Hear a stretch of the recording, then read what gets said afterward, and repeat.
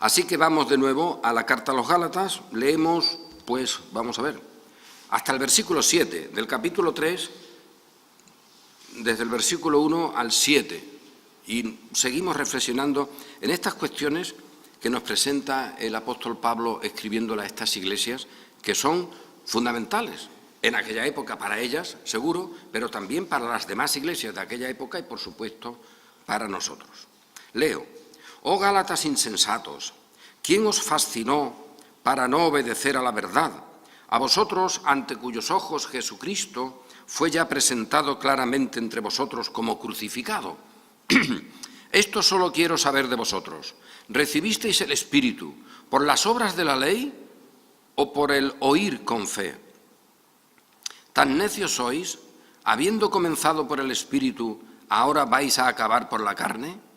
¿Tantas cosas habéis padecido en vano? Si es que realmente fue en vano. Aquel, pues, que os suministra el Espíritu y hace maravillas entre vosotros, ¿lo hace por las obras de la ley o por el oír con fe? Así Abraham creyó a Dios y le fue contado por justicia. Sabed, por tanto, que los que son de fe, estos son hijos de Abraham». Amén. El argumento del apóstol es un argumento sencillo, porque se admira de que los gálatas estén saliéndose del significado del argumento. ¿Tan necios sois?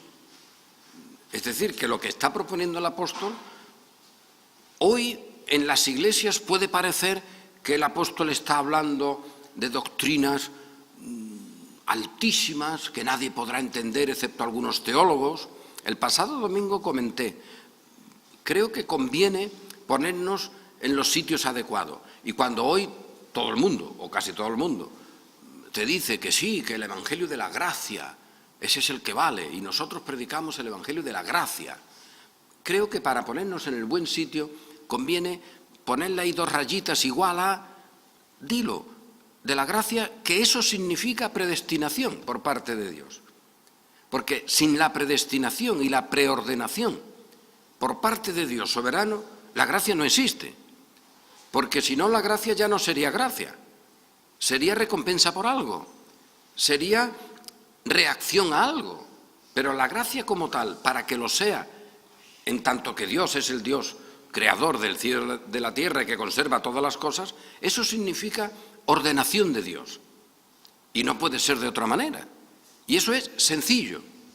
También hay que advertir, luego, en el cristianismo, pues siempre se han metido en camisas de 11 varas, gente que se las ha dado de inteligente y de más piadosas que el Espíritu Santo, y han empezado a hacer ahí unas especulaciones sobre la predestinación, sobre la elección, sobre doble predestinación, sobre no sé qué, sobre si el decreto de Dios en la eternidad, uno está primero, otro está segundo, y han formado un lío terrible.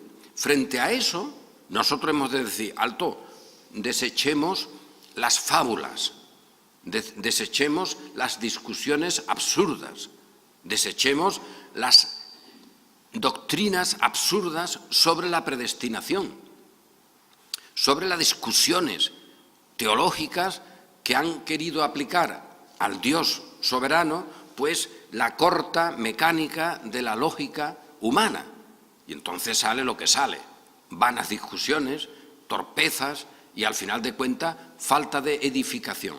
Pero echando a un lado las vanas especulaciones sobre la voluntad de Dios, sobre la voluntad humana, etcétera, que la gente quiere hacer, lo que no se puede quitar, y el apóstol es lo que presenta a los Gálatas, es la sencillez del hecho.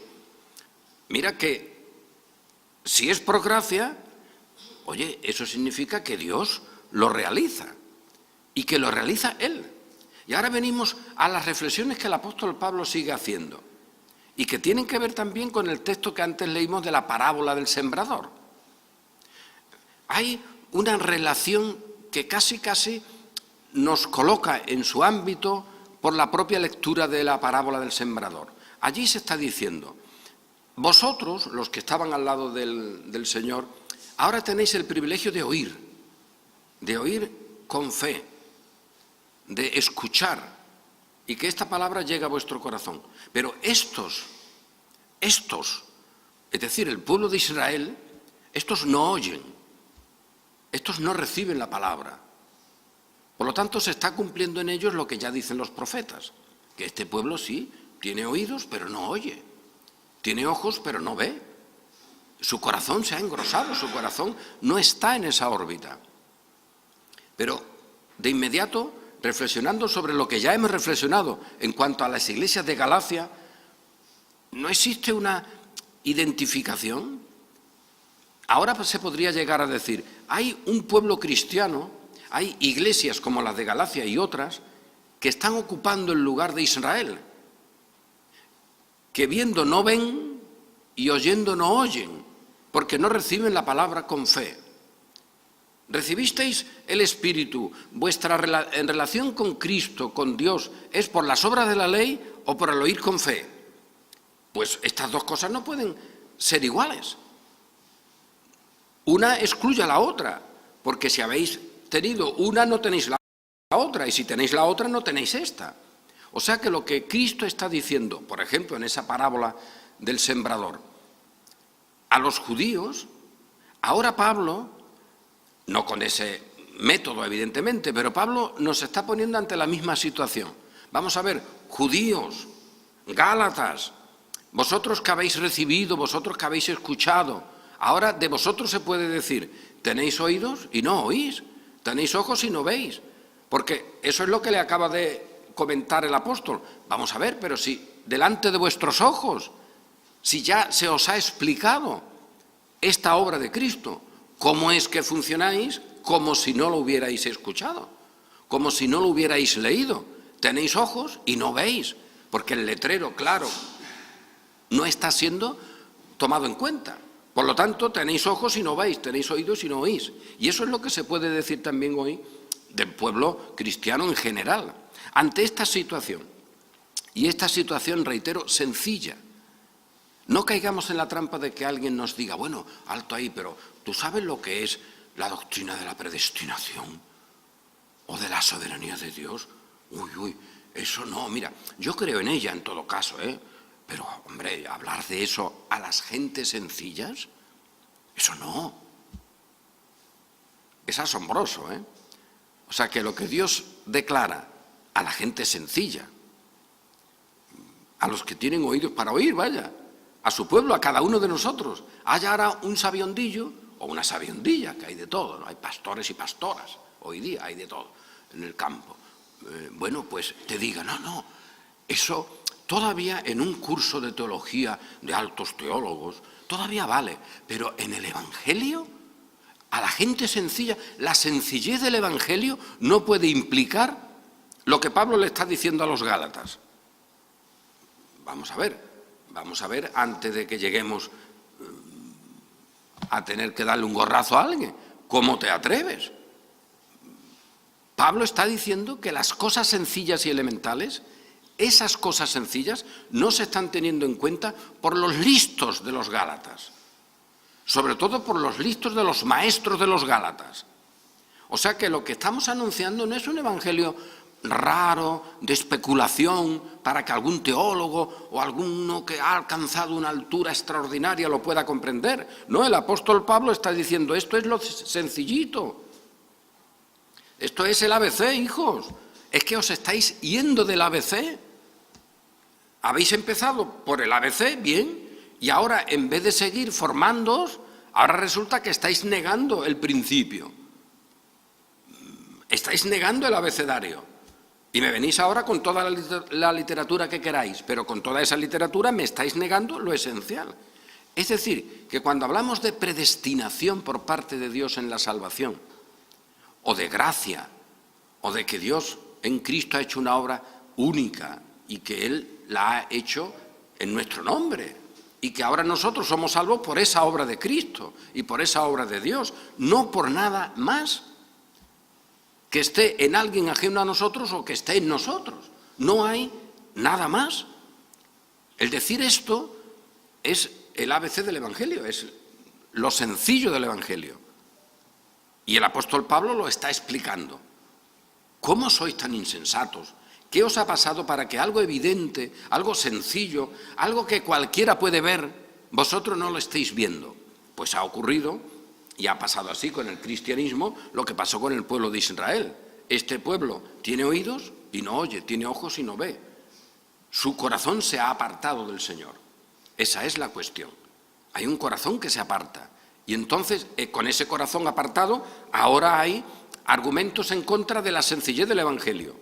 Reitero, por lo tanto, este asunto que tratamos de la doctrina de la salvación, del Evangelio, de la gracia, es decir, de la ordenación absoluta de Dios, no es algo de alta especulación teológica, es algo sencillo.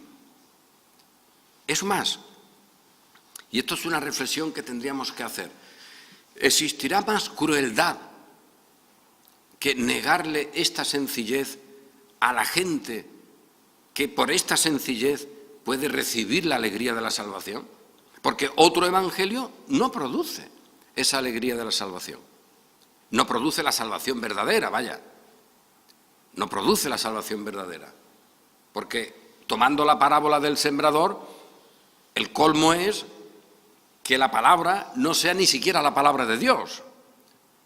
Porque en la parábola del sembrador se asume que esa palabra que sale para el campo, esa palabra que llega a los distintos sitios, es la palabra de Dios.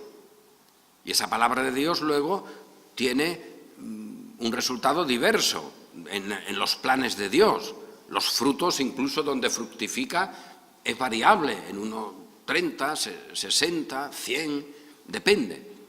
Pero el colmo es que ya la parábola está totalmente destrozada si se inicia con que el sembrador siembra una semilla falsificada.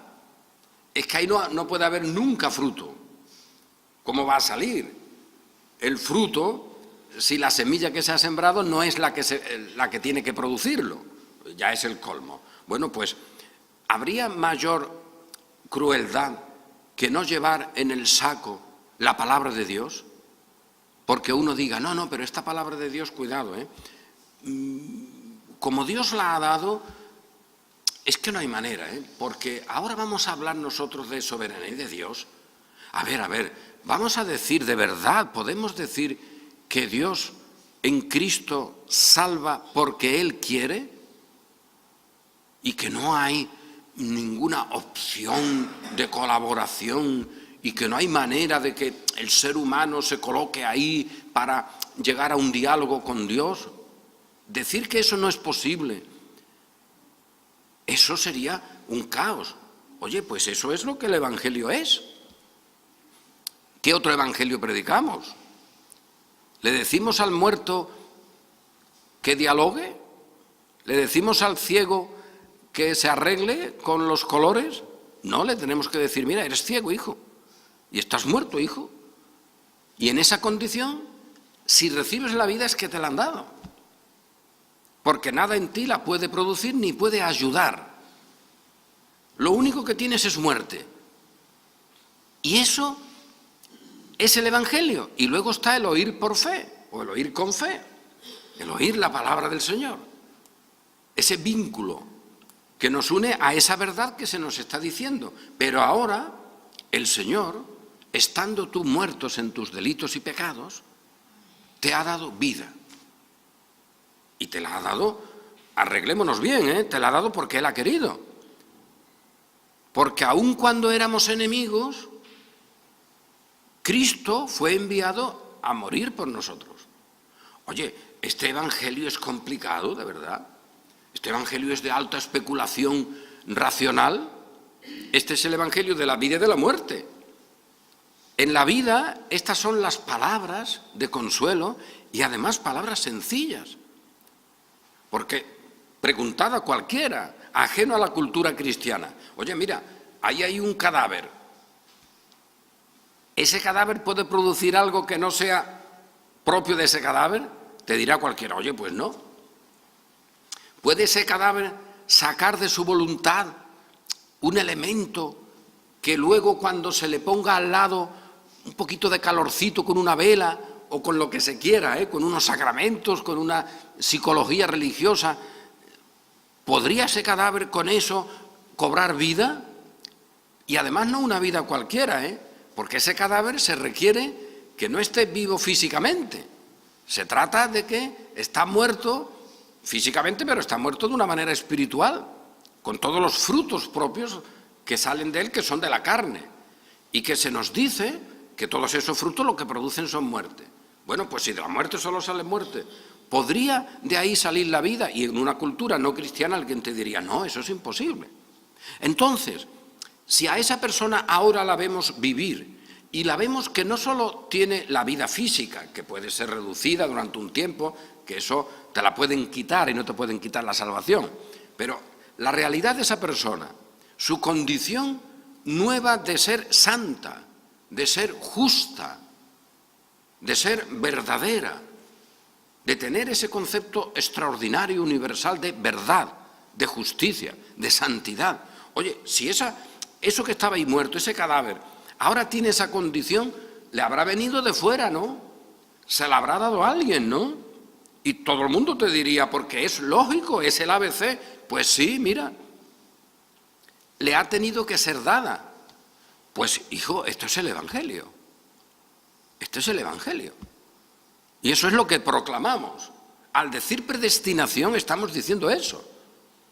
Ah, pero es que fíjate, el teólogo no sé cuánto tiene un libro que discute ese tema y lo discute de no sé qué manera. Allá él. Que se complique él. Pero lo que decimos es el sencillo evangelio de la gracia. Y Pablo lo está declarando, como en alguna ocasión hemos mentado y reflexionado, de la manera que también nos enseña a nosotros. El apóstol está diciendo, mira, todo esto es de Dios. Todo esto claramente es por la gracia de Dios. Por lo tanto, no hay nada, ni en el pecador, ni fuera del pecador, de otro pecador, de nosotros, que podamos proporcionarle nada. Ya dije, el colmo es que la Iglesia de Roma piense que hay pecadores que pueden poner unos méritos iguales a los de Cristo para salvar a ese. Eso ya es el colmo. Pero no lo mencionamos siquiera, esa aberración, aunque se sigue manteniendo. Pero ahora, dicho eso, alguien también podría sacar la conclusión, muy bien, pues entonces déjalo ahí. Porque si él no puede recibir la vida, déjalo ahí. Y si tú no puedes hacer nada por él, déjalo ahí. Pero Pablo no está haciendo eso. Pablo, que nos está diciendo que no podemos hacer nada, él está discutiendo. Y él está diciéndole a los Gálatas que son unos insensatos. Y él les está proponiendo delante la palabra de Dios. Es decir, él está sembrando. Porque uno no puede decir, a ver, yo la palabra la tengo. Y esa palabra, si yo la tengo, esto es algo también muy sencillo. No es de una especulación, no hace falta hacer un curso de evangelización. Yo la tengo, pero fíjate, si resulta que esto no es mío, que esto es de la comunidad. Esto sirve también, ya lo hemos visto, para la ética social. Oye, que yo tengo unos dones, que yo tengo unas herramientas, que yo tengo unos bienes, pero que caramba, no son míos. Yo soy administrador de ellos, pero la dueña, Dios se lo ha dado, el Creador se lo ha dado a la comunidad, a la gente, a los hombres. De ahí los derechos humanos, todo eso nace de ahí. Y yo lo tengo, pero no es mío, es de ellos. Por lo tanto, si no lo reparto, si no se los doy, les estoy privando de algo que Dios le ha dado a ellos y me lo estoy quedando yo. Eso que vale para la ética civil es igual para el plano de la evangelización o el plano espiritual, si queremos emplear ese término. Oye, yo tengo la palabra y ahora hay que sembrarla. Pero yo puedo decir, bueno, sembrarla, a ver, ¿para qué? Vamos a ir al campo a sembrar.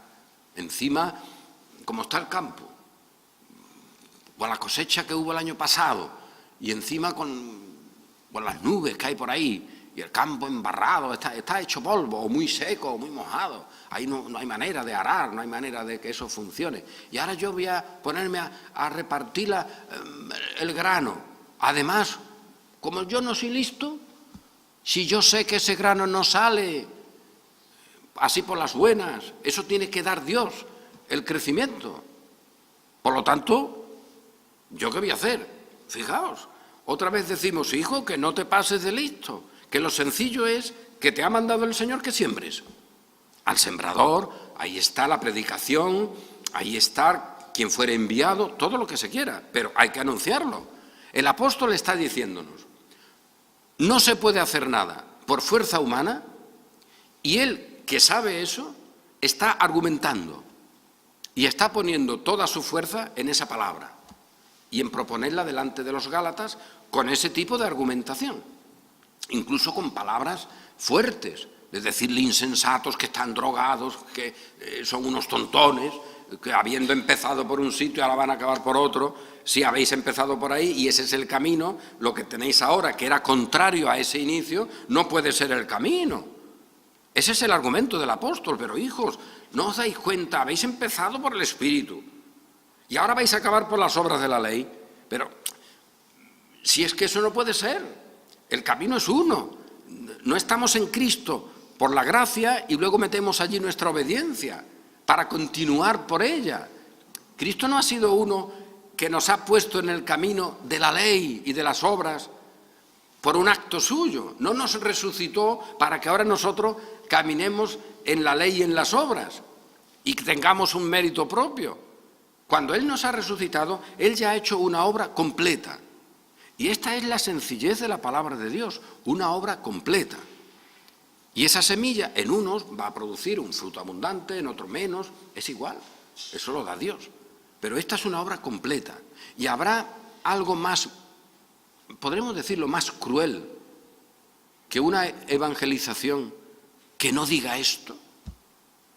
¿Habrá algo más cruel realmente? ¿Habrá algo más engañoso? ¿Quién os fascinó? ¿Habrá algo que produzca más el efecto de la droga o del vino? ¿Quién os emborrachó? ¿En cuántas iglesias habéis recibido la borrachera de la negación de esta verdad? Aunque digan que no se debe beber ni vino ni cerveza, pero os han emborrachado realmente. Estos que son tan puros con el cuerpo humano, que no quieren fumar, que no quieren esto, os han drogado. Os han drogado, es lo que dice el apóstol. Y esto es algo serio y es algo severo. Pongámonos en el antecedente de Pablo y lo traigamos a nuestro presente. Oye, podemos decir y tenemos que decir, sois crueles. Cuando estáis evangelizando y proponiendo que el evangelio no puede llevar este mensaje, sois crueles, terriblemente crueles, porque estáis negando la palabra. Estáis poniendo otra palabra, ¡qué caramba! No es que estéis diciendo qué buenos somos, que vamos a ver a los pobres pecadores y le vamos a hablar muy sencillamente. Pero qué sencillez más que la palabra. La palabra es la que tiene el poder. Esa palabra es la semilla. Tú siémbrala, insensato, que nadie te perturbe el horizonte. Tú siémbrala. Ah, pero el resultado lo da Dios. Bueno, ¿y qué, hijito? Es que eso es un problema. Es que eso altera el producto del Evangelio, el que el resultado lo de Dios. Pues claro, y por eso Pablo está discutiendo con los Gálatas. Y por eso tenemos el deber de no caer en la crueldad, de dejar que la palabra que tiene que ir no vaya y que la palabra que tiene que ser sembrada no se siembre. Luego habrá espinos, luego habrá pájaros, luego habrá lo que quiera. Pero el deber de Pablo, allí en esas iglesias de Galacia, es enseñar esa palabra, pero fijaos, enseñar esa palabra después de un tiempo donde esa palabra había sido ya sembrada. Y allí algunos estaban sacando conclusiones falsificadas y estaban, por lo tanto, cambiando el Evangelio. Pues eso es lo que hoy tenemos que rechazar, ese Evangelio cambiado.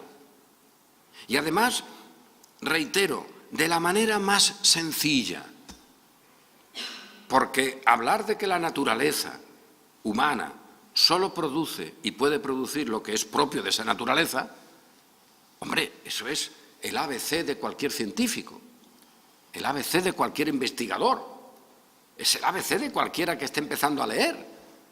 Oye, yo tengo estas letras, pues con ellas puedo formar las palabras. Yo no puedo luego decir, no, pero es que ahora tenemos tanta sabiduría, tanta listeza, que esas palabras, esas letras iniciales yo no las quiero, las cambio. No, tú ponlas. Luego ya veremos. Pues este es el sencillo evangelio. El evangelio de la consolación es el evangelio de la predestinación. Con esto ha habido tanto desastre teológico, y lo sigue habiendo, de tal manera que hay personas que legítimamente, por la confusión que se ha ido produciendo dentro del mundo protestante sobre todo, y católico romano también, pues te puede decir, oye, yo no entro en esas discusiones, porque esas discusiones son de esta clase o de aquella otra. Cuidado que alguno te puede decir, yo no entro en esa discusión, porque en esa discusión Dios es soberano y tiene la primera y la última palabra. Y yo no quiero un Dios así. Alguno realmente lo que te está diciendo es eso. Pero habrá otro que te esté diciendo, pero mire, pero si estos son unas discusiones, unos términos, unas palabras que yo ni las entiendo, que estos son unas discusiones que ha habido, unas peleas, unas divisiones entre iglesias. Yo eso no lo quiero, hijo, yo prefiero mi Biblia tranquilita, pero esas cosas no. Y llevan razón. En ese sentido llevarían razón. Porque cuando estamos proponiendo esto aquí, no estamos pensando ni siquiera en un mecanismo de discusión teológica sobre estos temas, como puede ser un libro tal, una teología tal, un fulanito, incluso representantes de esa discusión. Eso se rechaza. Pero al rechazar eso, lo que no podemos es eliminar el dato esencial de que el Evangelio de la Gracia, este Evangelio que Pablo percibe que los gálatas lo están despreciando, es decir, que lo están quitando. Y él dice, si lo quitáis, no os queda nada más que la carne, hijos. No os queda nada más que la ley y vuestro mérito. La ley de Dios, es decir, los cumplimientos, el hacer las cosas bien, según vuestro criterio. Lo que aquel fariseo ya dijo en esa explicación que pone el Evangelio. Yo soy, yo tengo, yo hago, y no soy como aquel miserable pecador. Pues ese fariseísmo es lo que se estaba produciendo. Y Pablo dice, con eso solo tenéis la muerte. Y habéis caído de la gracia, no estáis en el camino de la gracia. Cristo no tiene sentido en ese Evangelio. En lo que vosotros estáis proponiendo, aunque digáis que tenéis a Cristo, y digáis Señor, Señor, y en vuestro salón de culto ponga enfrente, predicamos a Cristo como Señor, o Cristo es el Señor, decidlo como queráis, pero en ese Evangelio Cristo no está. Es el Evangelio del hombre. Pero ahora yo os anuncio, pero si lo habéis tenido, si esto en esos lugares ha llegado bien, si habéis empezado bien, incluso si habéis padecido persecución, si vuestra condición de cristianos tenía una repercusión externa que ha producido incluso reacciones de los judíos, de los gentiles, y ahora todo eso lo tiráis y os quedáis con un evangelio sencillo, con un evangelio que viene de Jerusalén, con un evangelio apostólico, con un evangelio de tradición. Ese no es el evangelio, ese es otro evangelio. Y en nuestro tiempo, pues estamos en las mismas. Y podemos decir, mira, cuando yo estoy diciendo que el evangelio de salvación de Cristo es el evangelio de la gracia, todo el mundo puede decir, oye, vale. Lo puede decir el cardenal de Sevilla, no sé si es cardenal, creo que sí, cardenal de Sevilla, el obispo no sé cuánto, el Papa Francisco, lo puede decir el Concilio de Trento, el Concilio Vaticano I, el Concilio Vaticano II, que el Evangelio es el Evangelio de la gracia. Pues vaya gracia que tiene, si eso te lo dice todo el mundo. Hasta ahí podríamos llegar, pero dilo bien. Es el Evangelio de la absoluta soberanía de Dios, que es el que ejecuta la gracia, vaya. Y eso, en la Escritura, en algunos casos, no continuamente, pero en algunos casos, se declara con este término, predestinación o preordenación por parte de Dios. Es decir, que lo ha hecho Él, que Él ha establecido el orden de los tiempos para nuestra propia salvación. Y en un momento determinado hemos llegado a contactar con esta palabra y ahora tenemos más conocimiento o menos, pero sí conocemos este dato. Dios es mi Dios y Él es el absoluto en esa obra de salvación que yo tengo. Y no puedo presentar otra cosa. Y ahora yo tengo mis deberes de educar a mis hijos, de arreglar yo mi vida, lo mejor que pueda, todo lo que se quiera. Pero mi salvación es de Dios. Y fíjate, yo eso lo puedo decir. No sé eso en teología cómo lo queréis llamar. No sé en qué discusión teológica yo tendría que decir eso. Es que no es el campo donde yo vivo. Y eso para mí es consolación. Y en esto vamos a algo que a veces se olvida, pero que hay que recordarlo. Por ejemplo, con este evangelio, con esta doctrina, enseñanza, sencilla y esencial, cuidado. Otra cosa es que otros la compliquen, como la propia palabra de Dios. Eso es otra cuestión, pero esta cosa sencilla, porque luego habrá otros elementos en la vida de la Iglesia que podamos tener incluso matices, diferencias. Oye, el culto lo hacemos de 3 horas, de 2, lo hacemos en este sitio, en aquel, cantamos esto, aquello. Ahí habría una matización, pero en esto es que es esencial, no puede haber diferencia. Es que si hay diferencia estamos perdidos. Pues con este dato estaremos de acuerdo en que este evangelio a veces se le ha atribuido a Calvino. Fijaos, el bueno de Calvino que tendrá que ver con esto. Fue uno simplemente que explicó estas cosas, como antes la había explicado pues Lutero y algún otro, que tampoco Calvino descubre nada, sino bueno, lo que había, ¿no? Y lo que había en la Escritura, vaya, tampoco es que él se invente esta realidad. Pero cuando él trata del asunto de la predestinación o de la elección de Dios para salvarnos, porque Él ha querido. ¿Cuándo hemos nacido? Cuando Dios ha querido. Podríamos haber nacido en el siglo XVI, o en el siglo XIX, o quizá todavía no haber nacido y que tuviéramos ya para nacer pronto. Pero Dios nos hizo nacer, y nos hizo nacer en un contexto social determinado.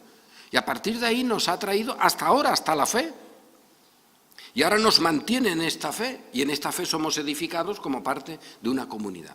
Bueno, pues cuando en los textos escritos de Calvino o en sus sermones este tema aparece, yo creo que no hay ni una sola vez en la que no aparezca como un elemento de consuelo, para consolar al pecador. Es decir, que este tema vendría delante de nosotros cuando delante hay un nubarrón, una situación determinada, una visión concreta de nuestro pecado, de nuestra miseria, y que decimos, bueno, pero si es que con estos mimbres, ¿quién hace el cesto? Esto es imposible. Entonces, esta palabra te viene, bueno, pero Dios te ha elegido, y eso no es por ti. No es porque te vio de una manera o de otra, no, te vio siempre en tu sangre, en tu injusticia, como a cualquiera, a todos nos ha visto igual, pero Él nos llevó a la cruz y nos puso allí con su Hijo. ¿Y esto por qué? Porque Él quiso. Esta es la elección de Dios. Y hemos sido predestinados para estar con Cristo, conforme a su voluntad, a la voluntad de Dios. Oye, pues esto es de consolación. Esto no turba la mente de nadie. Esto te da consuelo de saberte salvo en las manos de aquel que tiene la salvación. Ay de nosotros si dependiéramos de los sacramentos, de la Iglesia, de los santos o de nuestras propias obras meritorias. Entonces sí que no habría consolación nunca, excepto para el fariseo, que ese estaba consoladito el hombre allí y se veía contento, vaya, sacando pecho, ¿no? El fariseo siempre se consolará con el falso evangelio. Pero el miserable pecador, aquel pecador despreciado, es decir, nosotros, conociendo nuestra condición, nunca nos consuela el falso evangelio.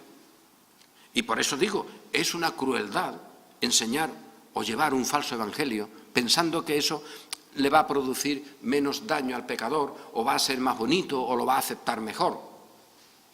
Si es falso, que lo acepte mejor o peor, eso es irrelevante. Encima lo podrá aceptar hasta mal, es irrelevante. Bueno, pues esa es la condición que tenemos nosotros y los que nos han precedido.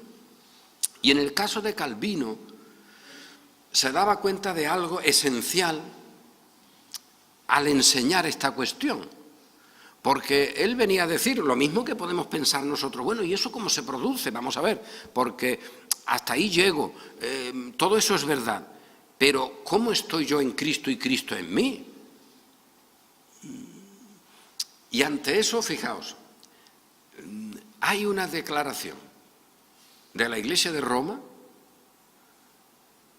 me parece que lo comenté el pasado jueves, y no puedo evitar incluso reírme, porque es una declaración que si uno se plantea los resultados de ella, sacaríamos la siguiente conclusión. Esa declaración sobre cómo recibimos los beneficios, cómo la fe del creyente es una fe que puede estar en el intelecto solo, pero esa no vale mucho, esa está ahí, tiene un nombre, la teología católica romana a eso le da un nombre. Pero fijaos, el planteamiento sería, mira, hay unas cosas que están en la mente, en el intelecto, cosas que se creen, pero luego eso tiene que complementarse, cuidado ahí, con el amor, con la caridad, te diría la Iglesia de Roma, pero vamos a decir nosotros el amor. Entonces, cuando ese complemento se produce del amor, entonces la fe es verdadera. Y esto se puede decir así más o menos. Y el resultado sería, oye, ¿cuántas iglesias protestantes de las más ortodoxas no te dirían que este es el Evangelio? Que es así, que la fe verdadera es esa. No la que está solo en el intelecto, sino la que luego se pone aquí y produce unos elementos de amor, de obras de caridad, etc. Y entonces esa es la fe que justifica. Uno dice, leyendo eso, imaginando un poco, bueno, esto tú lo dices en una reunión de los más ortodoxos pastores hoy y te aplauden y te dicen, ¿qué tío? Eso qué bien explicado está. Bueno, pues ahora lo sorprendente, de momento lo sorprendente es, eso es teología católica romana y contra eso se levantó la Reforma. Pues ya estamos desconcertados. Oye, ¿eso realmente qué es?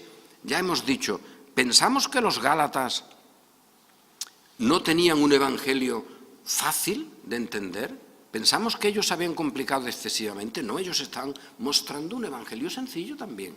Ellos pensaban que estaban en el camino.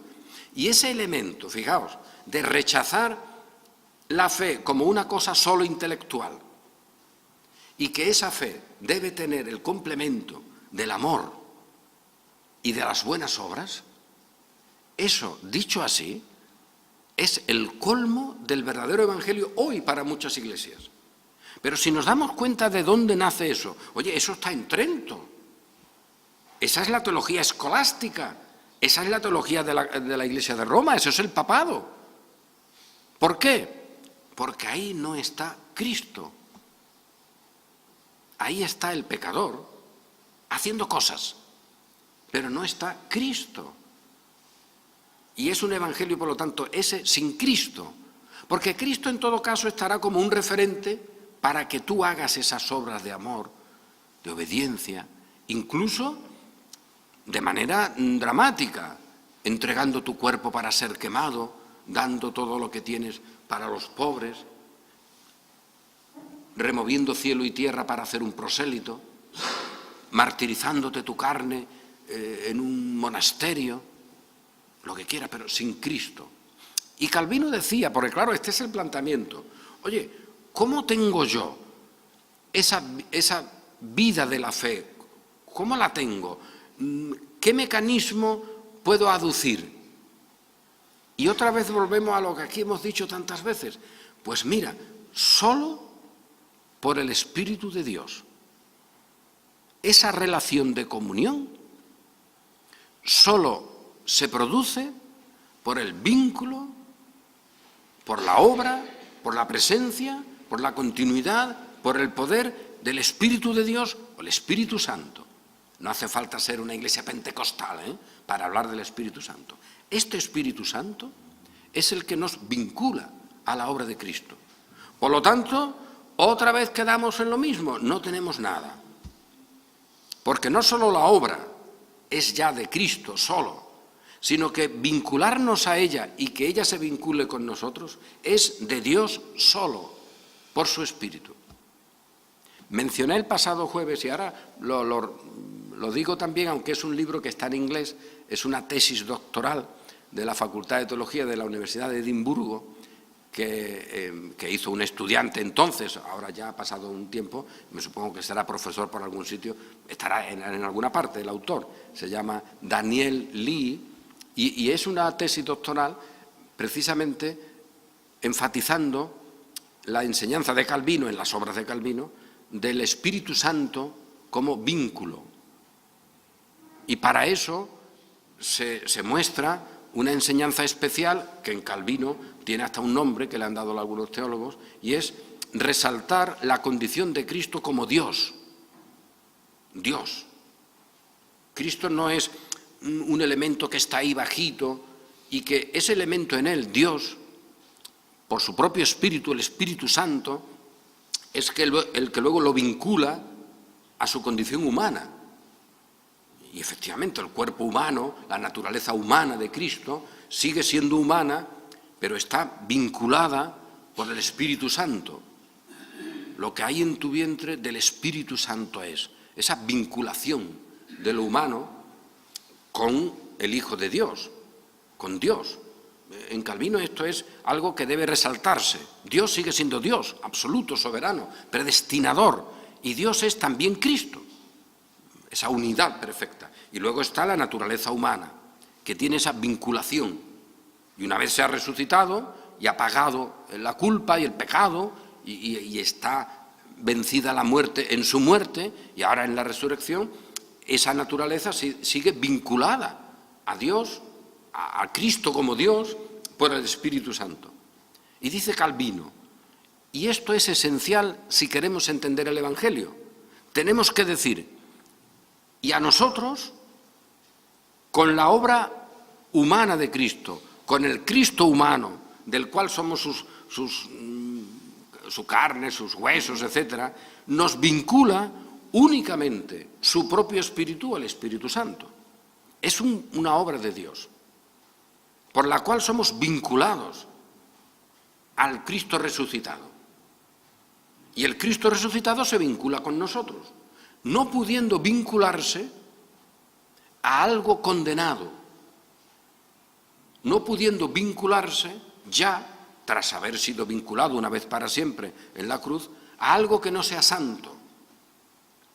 Ya en su cuerpo no puede haber ningún elemento que no sea santo y que no sea justo y que sea pecado.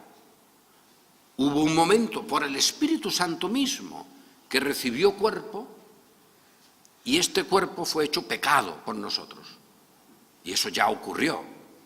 Pero ahora, en la resurrección, al haber sido declarado con poder Hijo de Dios por la resurrección, en la naturaleza humana de Cristo ya no se puede vincular nada del pecado porque, y eso es lo que Pablo está diciéndole a los Gálatas, ¿no os dais cuenta de que si os mantenéis en ese camino que estáis produciendo, hacéis a Cristo ministro de pecado? ¿No os dais cuenta de que lo estáis poniendo otra vez fuera de su sitio? Que estáis haciendo que su cuerpo, que su naturaleza, otra vez tenga una vinculación con la ley y las obras. Si eso ya se terminó, eso ya ha sido cumplido. Ahora ya no hay un sacerdocio que necesite renovarse. Él es el único sacerdote. Y además presenta a la única víctima que es Él. Y esto no en la tierra, cada domingo, cada vez que se os ocurra, sino una sola vez y ahora en el cielo. Entonces, en esa obra de Cristo ya no puede haber arruga, mancha o nada.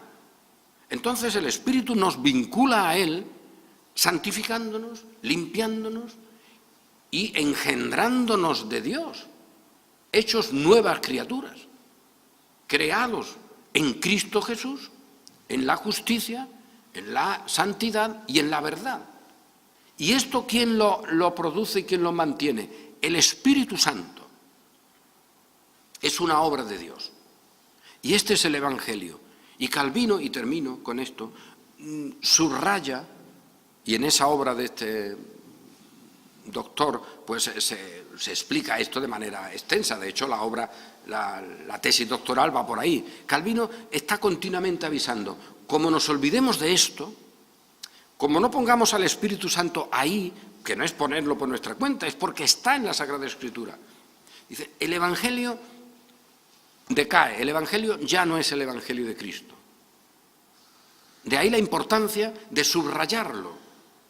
Y ahora, terminando, decimos, oye, decir esto, decir lo que yo acabo de decir, que ahora en la naturaleza de Cristo humana, ascendida a los cielos, tras su resurrección, contemplando la gloria de Dios, esa vinculación de contemplar esa gloria por el Espíritu,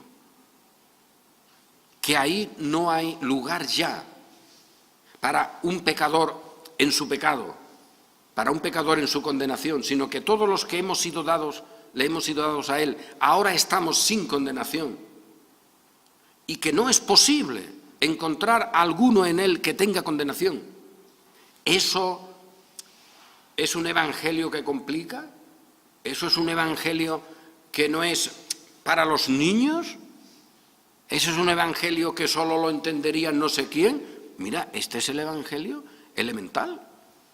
Este es el evangelio de la gracia. Este es el evangelio de contemplar en la faz de Cristo la gloria de Dios. Y esto, pues fíjate qué problema vamos a tener nosotros.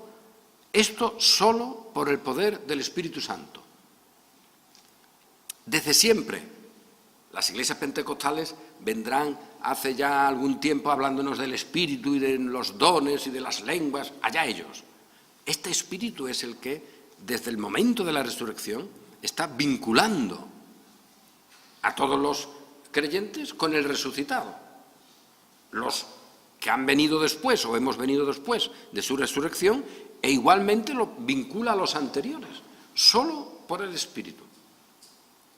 Y si eso duele, si eso alguien lo considera un evangelio que no se puede anunciar, hombre, pues entonces a ver qué otro evangelio anuncias, que consuele al pecador, no que consuele al fariseo, no que aplauda al fariseo, sino que consuele de verdad a ese pecador miserable, que no puede ni levantar la mirada y solo puede decir de sí mismo, Señor, ten misericordia de mí. Ese es el evangelio de la gracia, ese es el evangelio de la ordenación de Dios, de la preordenación de Dios, de la predestinación, y es, en consecuencia, el evangelio del Espíritu Santo. Y eso es lo que anunciamos y tenemos el deber de seguir anunciándolo con todas nuestras fuerzas. Amén.